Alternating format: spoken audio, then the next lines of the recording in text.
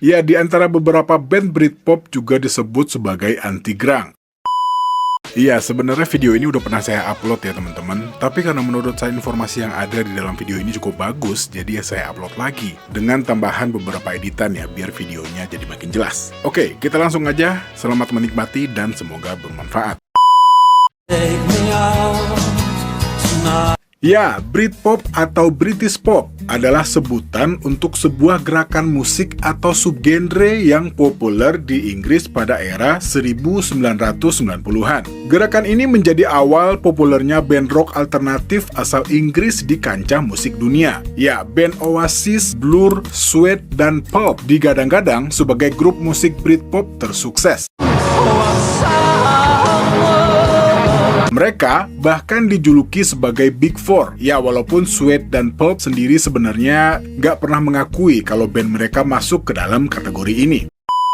Dan Britpop masuk ke dalam subgenre dari rock alternatif. Rock alternatif dari tahun 1980 dan awal 1990-an. Dan scene indie merupakan nenek moyang langsung dari gerakan Britpop. Pengaruh dari The Smiths cukup besar untuk sebagian besar band Britpop. Aliran musik tersebut mencirikan kebudayaan Inggris yang lahir dari perpaduan beragam jenis musik, khususnya genre seperti British Invasion, glam rock, dan punk rock. Jenis musik Britpop kebanyakan bergaya melankolis yang banyak bercerita tentang hidup dan cinta dengan lirik yang sendu dan romantis. Ya, kita masuk ke asal-usul Britpop.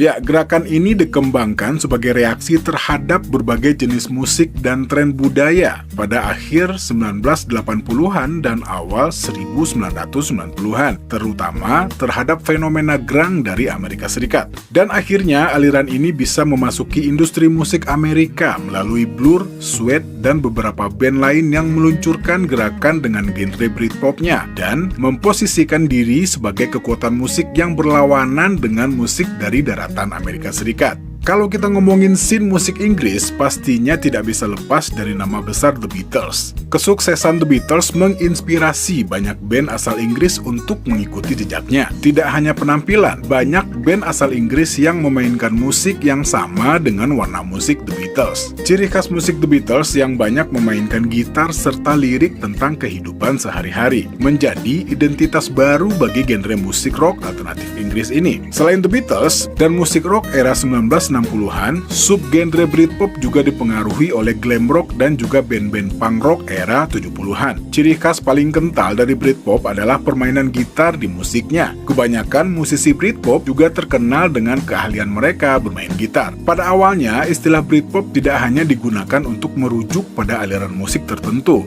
Pada awal 1990-an, istilah ini digunakan untuk menggambarkan kesuksesan desainer-desainer dan film asal Inggris. Ya, seperti Damien Hirst. Istilah Britpop juga pernah digunakan untuk menggambarkan era baru dalam politik Inggris, di mana John Major, Perdana Menteri Inggris saat itu, turun dan digantikan oleh Tony Blair, pemimpin partai buruh yang masih muda. Dan istilah Britpop digunakan oleh media Inggris secara masif untuk hal-hal yang berkaitan dengan musik dan acara-acara kontemporer. Dan barulah pada tahun 1994, istilah Britpop sendiri digunakan oleh seorang jurnalis dan musisi bernama John Robb untuk merujuk pada band-band seperti The Stone Roses, The LAs, dan Inspiral Carpets. Dan Britpop juga dikembangkan sebagai reaksi terhadap berbagai jenis musik dan tren budaya pada akhir 1980-an dan awal 1990-an, terutama musik grunge dari Amerika.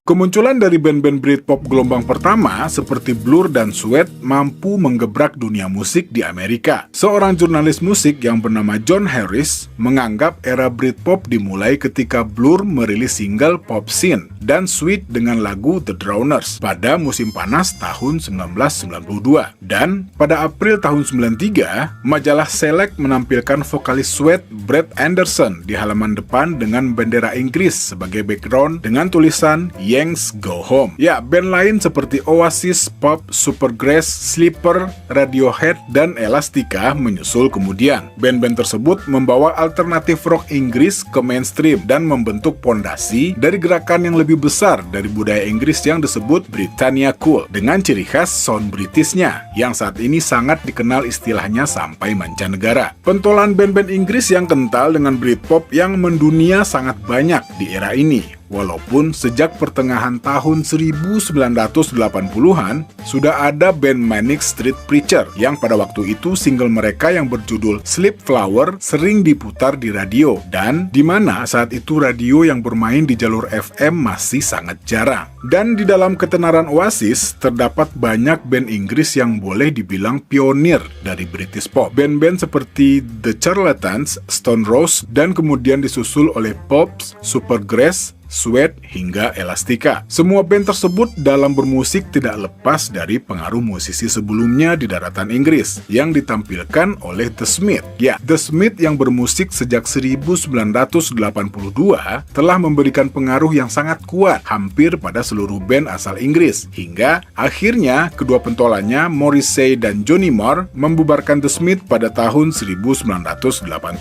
Dan untuk mempertahankan eksistensi Britpop, muncul Coldplay, Placebo, dan Travis. Band-band ini muncul dan kembali menyaingi band Amerika yang kembali ke jalur rock melankolis yang digawangi oleh band seperti Blink-182, The Used, dan My Chemical Romance. Dan perlu diketahui juga untuk mengingat munculnya istilah Britpop pada tahun 90 dan bahwa di Inggris terdapat sebuah sejarah pergerakan musik, dan pastinya sejarah ini tidak bisa lepas dan berlalu begitu saja. Sebuah stasiun TV Inggris yang bernama BBC4 berupaya mengemasnya menjadi sebuah acara TV. BBC4 untuk pertama kalinya pada Agustus 2005 menayangkan sebuah program musik dokumenter yang diberi nama The Britpop Story, dan sebagai narasumbernya dihadirkan Graham Coxon, gitaris band Blood, vokalis dari band Elastica, dan Alan McGee, dan sejak saat itu istilah Britpop makin menyeruak ke seluruh penjuru dunia.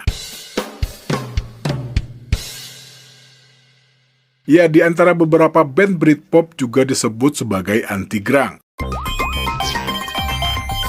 Sebelum Britpop besar dan mendominasi musik dunia, perhatian pendengar tertuju pada musik yang bergenre grunge yang diinisiasi oleh Kurt Cobain dan Nirvana. Berawal dari tribut untuk musik rock era 1960-70-an, Britpop pun berkembang dan dinilai sebagai gerakan baru yang ingin meruntuhkan dominasi grunge. Dan kematian Kurt Cobain pada tahun 1994 dan pernyataan musisi-musisi Britpop akan ketidaksukaan mereka terhadap grunge juga memperburuk dominasi aliran musik asal Amerika tersebut. Bahkan, Damon Albarn, vokalis Blur, mengatakan bahwa band mereka anti-grunge. Hal yang sama juga terjadi pada salah satu personil dari Oasis, Noel Gallagher, yang terang-terangan membenci grunge. Bahkan, lagu Oasis yang berjudul Live Forever yang ditulisnya adalah bentuk perlawanan atas lagu Nirvana yang berjudul I Hate Myself and I Want to Die. Dalam perkembangannya, perbedaan antara Britpop dan grunge semakin terlihat jelas ya. Pastinya, ya, setuju ya. Salah satunya terlihat pada lirik lagunya. Lirik-lirik lagu grunge umumnya bercerita tentang kehidupan hedonis radikal dan mengagungkan depresi, sementara musik-musik Britpop berbicara tentang semangat dan harapan.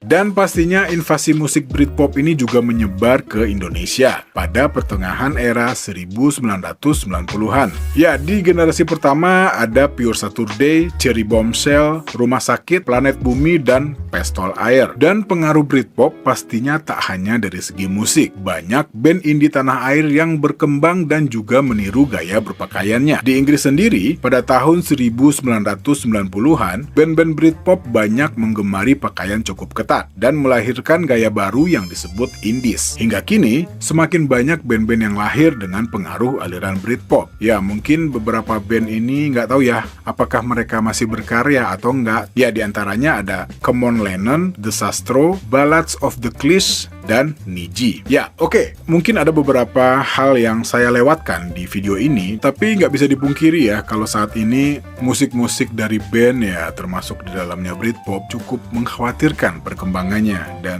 dari tahun 2000 berapa ya, mungkin 2010 mungkin, udah nggak semasif di tahun-tahun di akhir 90-an hingga awal 2000. Ya, tak lepas dari industri musik yang juga makin nggak jelas arahnya menurut saya, dan ini menjadikan seakan-akan pergerakan para pemain-pemain band atau band-band yang ada itu kayaknya lesu banget. Ya pastinya seiring dengan perkembangan teknologi yang sekarang siapapun bisa membuat lagu dan bisa dipromosikan secara gratis. Kita berdoa aja mudah-mudahan makin banyak band-band yang membuat musik-musik yang menjadi sebuah identitas dan ciri khas. Alah, apa sih? Oke, sekali lagi terima kasih yang udah pada nonton video ini. Saya Al pamit. Assalamualaikum warahmatullahi wabarakatuh.